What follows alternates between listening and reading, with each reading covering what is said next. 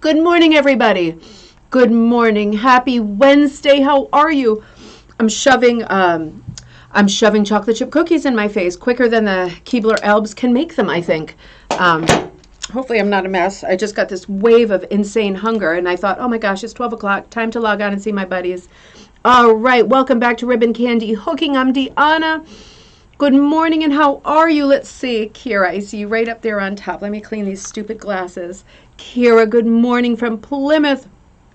Kira and I were saying, if you're local, we were saying we have got to make a date. If you're anywhere in Massachusetts, you're probably aware of the Renaissance Fair that happens there, the King Richard's Fair. I haven't gone to it for decades.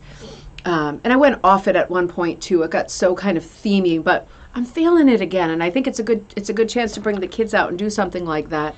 Something very, very old worldy, right? Super fun. Maybe get some good ideas there in the crisp fall.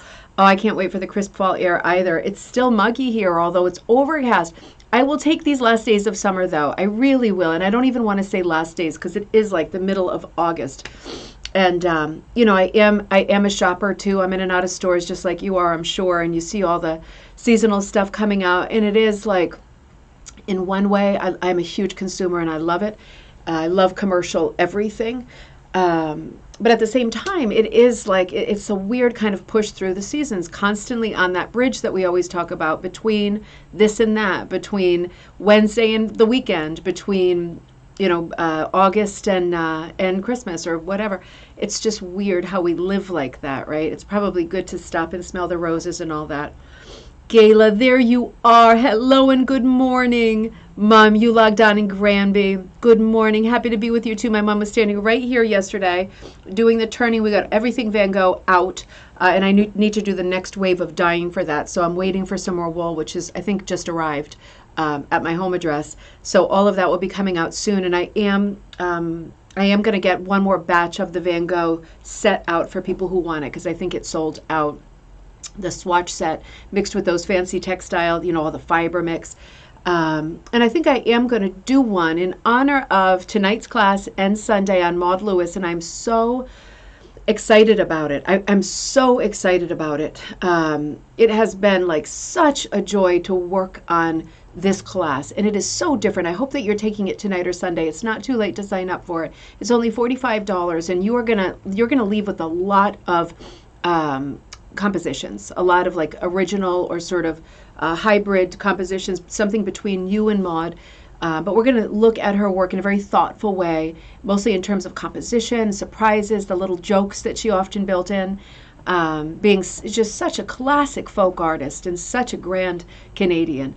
It's so important to celebrate people like Maude who are so different and stand alone. So I'm really looking forward to that tonight.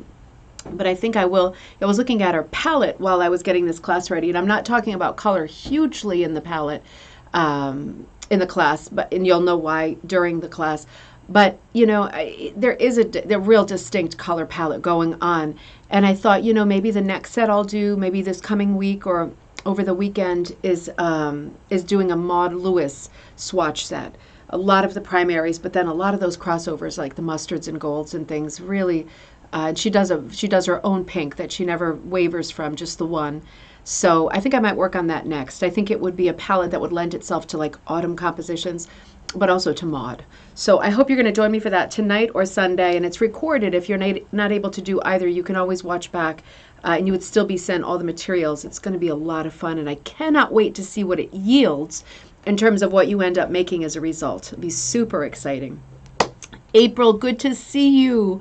Good morning in Doreen in upstate New York. It's raining and humid. Yep, we are getting a weird kind of pressure, right? All this crazy humidity. And Martha, I've been thinking about you all the time. I looked at the new buttons again. Super excited about that. Extra chart. I know my hair's not doing well either. I keep it in a clip till 1 minute before the show because it looks, it's like bad hair. Who cares? But it looks extraordinarily bad lately, and it is this crazy humidity. Penny, good to see you, Penny. I haven't forgotten about your tie dyes. I'll send you the invoice that you asked for, but I'll also give you some choices about the tie dyes that you might want. I know you love your bright colors. Tara, good to see you. Good morning, and Crystal. Tara, you've been posting some beautiful things, by the way. And Crystal, you too. I always love to see the things that you're posting. Oh, it's afternoon in Nova Scotia. Good to see you. Cindy, good to see you. Happy coffee time in Beverly. Oh my gosh, did I end up putting that pattern out, Beverly? Did I put it out or what? Is it still in a draft? Does anybody know whether that pattern is in a draft or is live, the Beverly's paint cans? I love the sort of spin on it too, but I'm going to put both up, but I drew out the original one that we talked about yesterday that is an antique pattern. I drew that out. If anybody can let me know, I don't want to go on my phone too much while I'm live, but I'm hoping that that's up live because I wanted to give that to you as a free pattern, all of you who are interested in doing it. It is an exceptionally pretty rug. It was very expensive in the stores, so it's nice if we can do it ourselves. There was nothing, in my opinion, it wasn't one of those old rugs that you could say, okay, it's in the high hundreds, it's in the very high hundreds. So, it really has this about it or that about it. I wouldn't say it was an ordinary rug, but I would say the best thing about it was the idea. Those colored circles that Beverly saw as open paint cans. To me, that was the best part of it. In terms of hooking, in terms of it being super unique or different, it wasn't so unique that I wanted to spend that much money on it. And I do love the rug, but I think the point is it's a great pattern for us to all be able to do if we want to, and do it in your colors too that will match something of yours. It's a great floor rug too because it doesn't have a direction. So Beverly, Dave, good to see you. Hot and humid, man, right? It is, yeah. It is a weird season. Chrissy, great to see you. And Beach, Kira, Mom, Donna, good to see you. And Sunny Alberta. Oh, it sounds so good. Joy, good to see you. I love seeing you always. Jennifer, you didn't see it on the site. All right, I probably have it in the lost land of drafts or something. So I'll check that as soon as I get out because it's already done.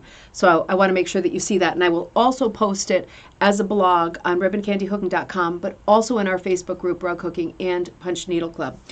I wanted to just talk about a couple of things because I cut short a little bit yesterday, even though we ran over, ironically. The other Dave was on, and he was talking about sweaters.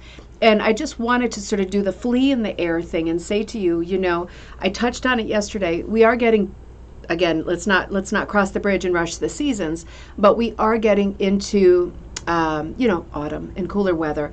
And for that reason, I will certainly be putting out, again, new sweater kits, where I've already cut up all different kinds of sweaters for you to be able to use in those kits. And I just wanted to remind you that last year, right before Christmas, when it was for me very, very busy with the holidays and kids and events and planning and all that stuff and working and homeschooling, I'm stopping.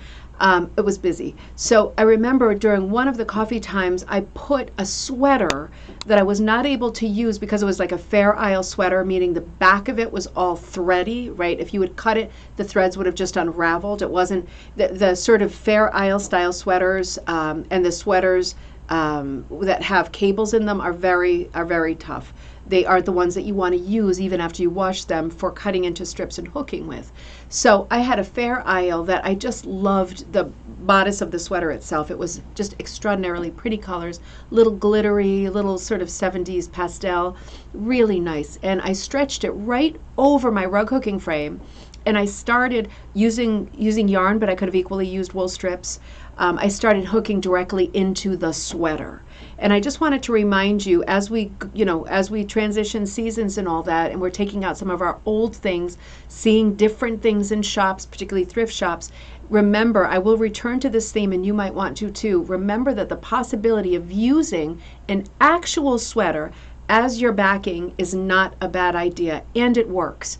And I guess the follow-through question for a lot of people would be, so what happens, with those stitches? I was using very thin yarn. I think I was using like a sport weight Madeline Tosh kind of yarn. What happens to your stitches if the sweater is really stretchy? Is it a good enough backing? Of course, this is a moving target because it's going to vary from sweater to sweater, isn't it? But one thing that you can do is wash the sweater first, right? Carefully. I always do it in a lingerie bag just to make sure I don't throttle the agitator in the washing machine or ruin the sweater, right? Secondary, but still.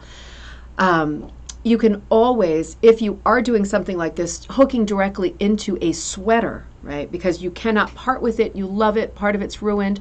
Your child or grandchild has outgrown it. You've outgrown it, something like that. that was not a diet joke or anything like that. I mean, like from childhood, or for me, even from last year, I've outgrown everything. If you are working directly into a sweater, one thing that you can do for peace of mind to stabilize the loops that you make, right? This is not going to work with punching. This is only going to work with hooking. One thing you can do to stabilize is get that, interfacing from the craft store. All craft stores have interfacing for sewing, but they sell stretch interfacing that you can use with knits. So what I would do is I would do my hooking, and then I would apply, it's going to be iron very carefully, iron on, particularly if it's a synthetic mixed sweater, onto the back of your loops, just to be sure that once you're done that they don't come pulling out. That's what I would do. I'm sure that it would be successful if you didn't do that. But my plan is to finish that piece and to put it over like a stretcher, like a shadow box frame, and just stretch it that way. So it just looks like a nice block of sweater.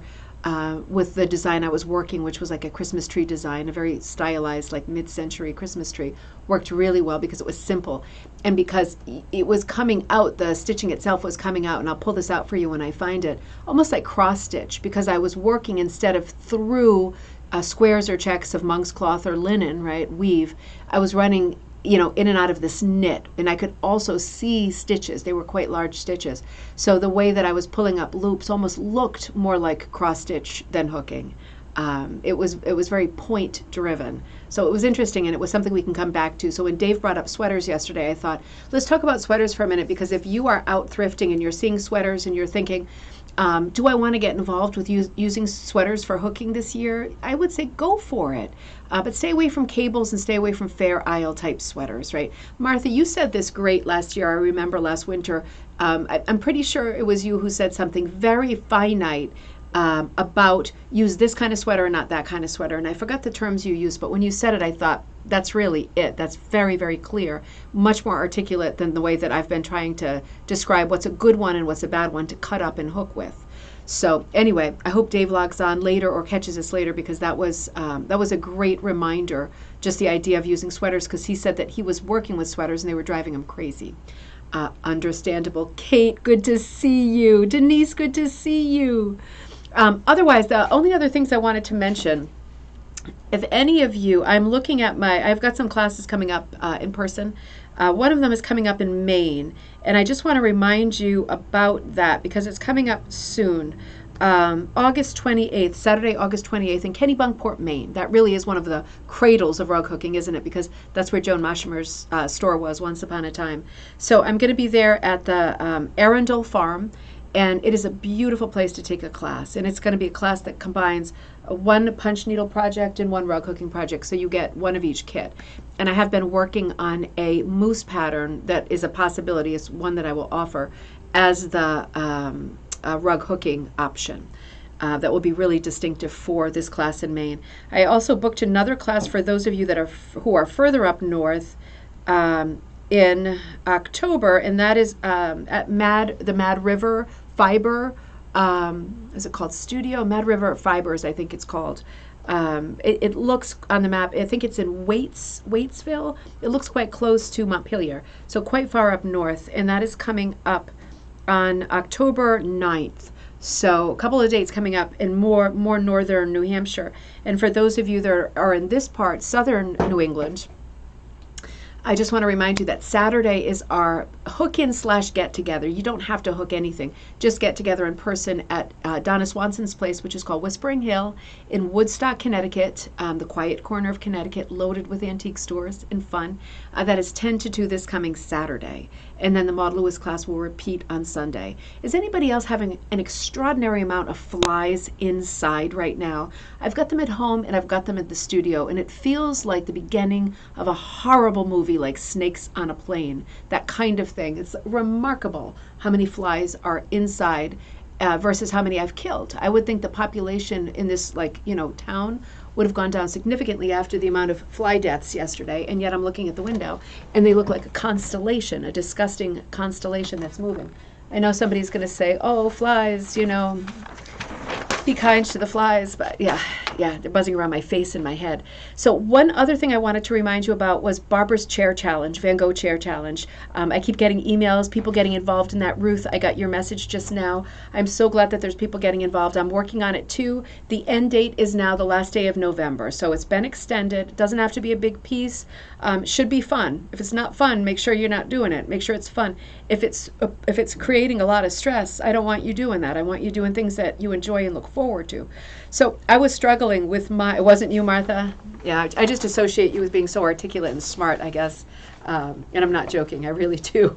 So, yes, we have, oh, you do. Yeah, it is like a horror film lately. It's like the last 2 days they have been invading. Like that movie, The Blob. Remember The Blob, the thing that comes under the doors and just somehow kills everybody? This is how I'm feeling about these crazy flies. I was struggling with my Van Gogh too. If you remember, I had this idea of doing the 4 seasons broken into the 4 chairs, and I was going to put them together on one piece. And it was becoming stressful for me thinking about Van Gogh. I'm completely committed to it, and I'm enjoying evolving my ideas for it, but it was becoming a bit stressful. And I had to backpedal out of that stress and think, you know what, if this idea for the 4 seasons, which I still love, I just can't see it. And I need to partly see it before I put it on backing and start picking out colors and stuff. I need to partly see it. For me, I was having let's do the 4 seasons, because seasons are such a big sort of element to Van Gogh's work, a very sort of visual cue in so many of his paintings, but I couldn't see it, and I wasn't getting there. And all I was seeing was chaos when I thought about this composition. So last night I sat down, had a few minutes in between projects. I had Cheers going in the background, which is now my favorite show in the world again.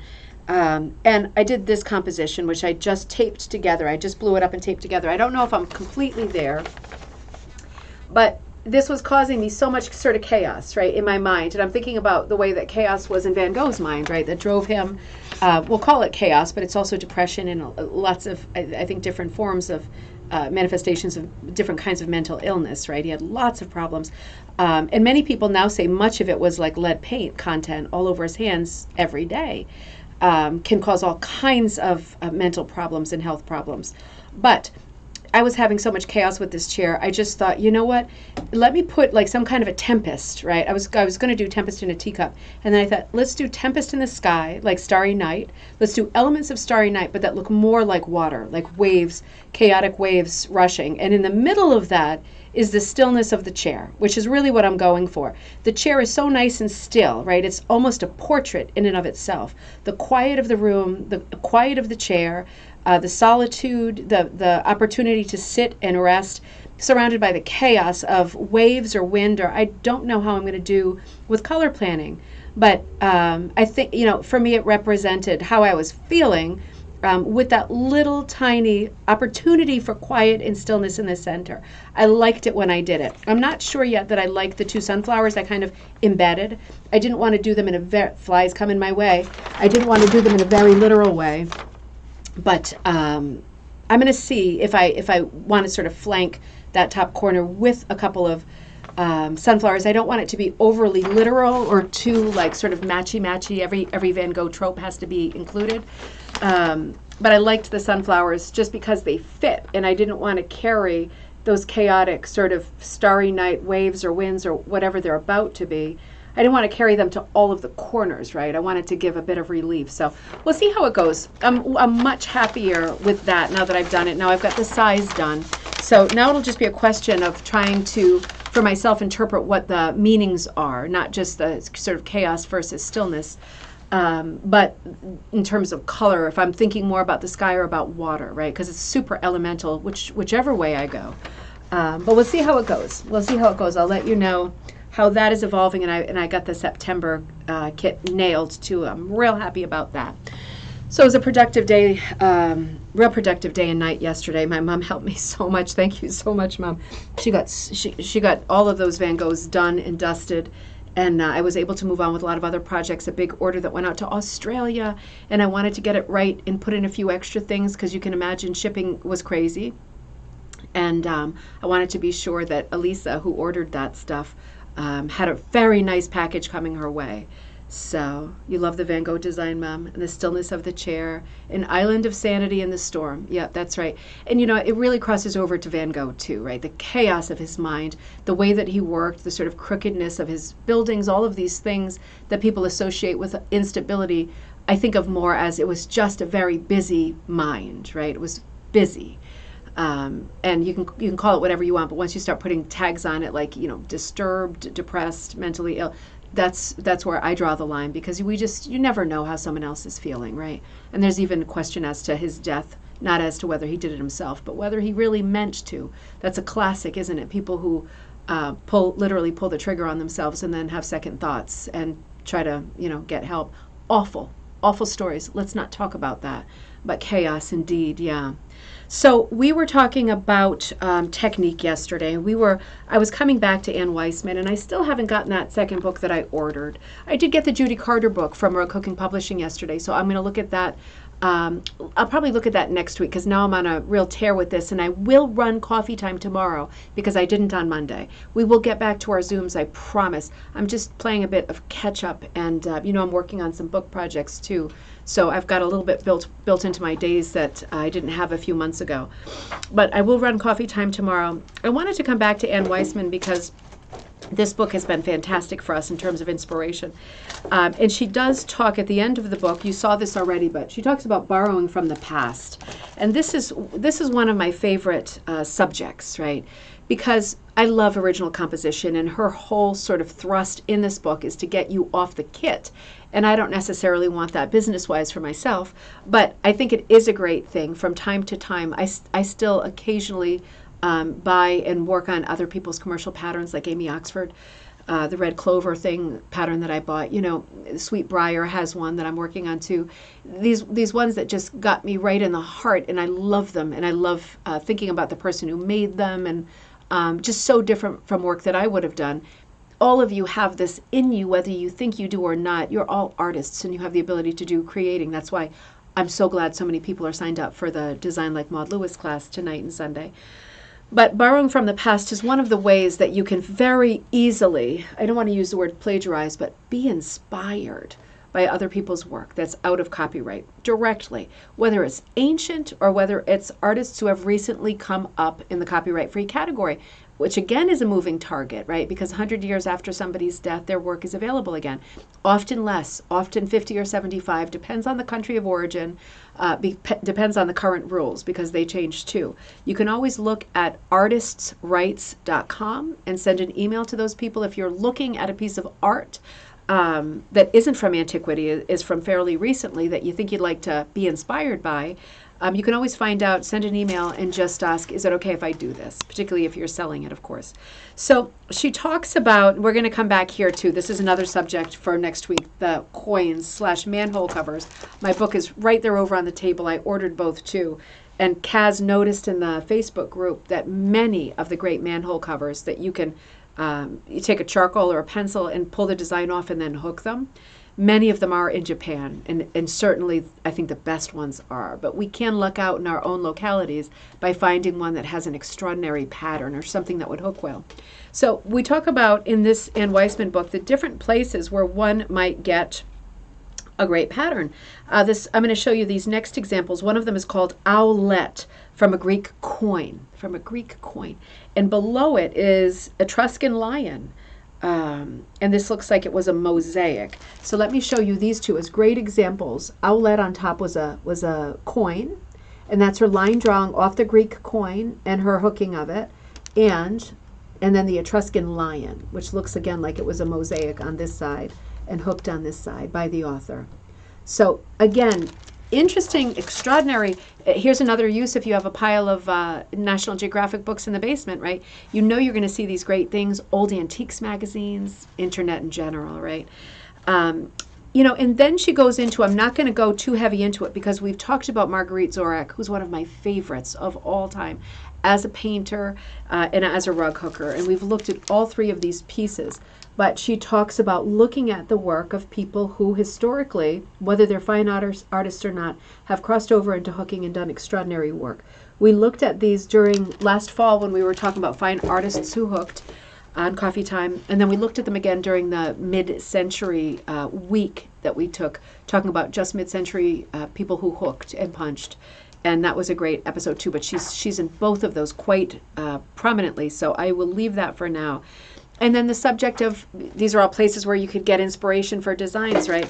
The subject of rubbings came up, and that was well worth talking about. Gravestone rubbings, that's a to be continued, because I'm about to do some on-location episodes with gravestone rubbings that will hopefully inspire you, and hopefully you have some nice old graveyards and cemeteries near you where there might be some beautiful iconography and symbols on some of the stones. The older the better, right, with all of these icons. And if not, you just pull one offline and do it. Who cares, right? Same thing, same image.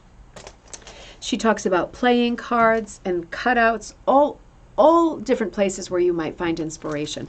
The cutouts are a very nice subject because going back to design classes ago, we talked about Matisse and how when he became older, you know, he wasn't able to paint anymore, but he was able to use his scissors and cut out pieces of painted paper. So he would have painted the paper very broadly, you know, big brush, just get it done, cover the surface, and then cut out with his scissors. When he would then make it, I'm sure you can picture his very shape-driven compositions later in his life, much later in his life.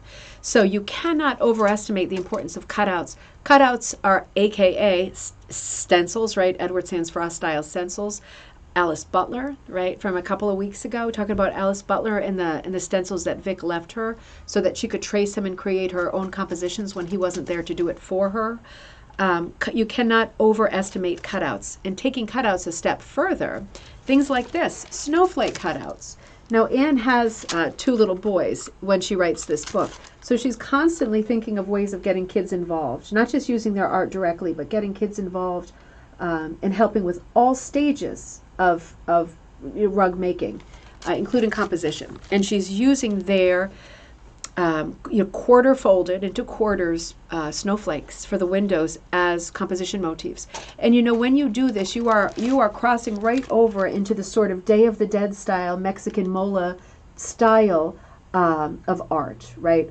Also Hawaiian applique. There's lots of shades, many cultures, you know, and many methods in looking at paper snowflakes. So again, don't ever underestimate the possibilities of cut out anything, cut out paper or folded up paper, then cut out snowflake style. It doesn't have to be snowflakes, right?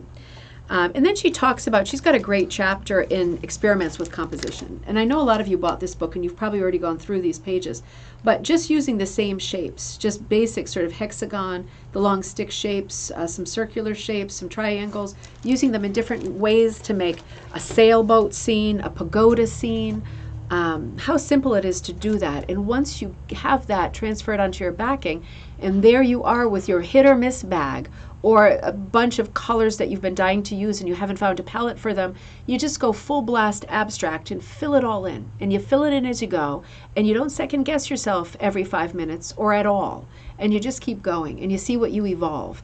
And as it evolves, you know, you make good decisions based on your taste, and you end up with something unique and special and beautiful from just a few shapes, and placing them along the lines of, you know, composition rules are fairly black and white. But if your eye likes something the way that you draw and it doesn't follow any known rules of composition, then you should just leave it and go with it, right? No reason not to. And she talks a lot about color toward the end.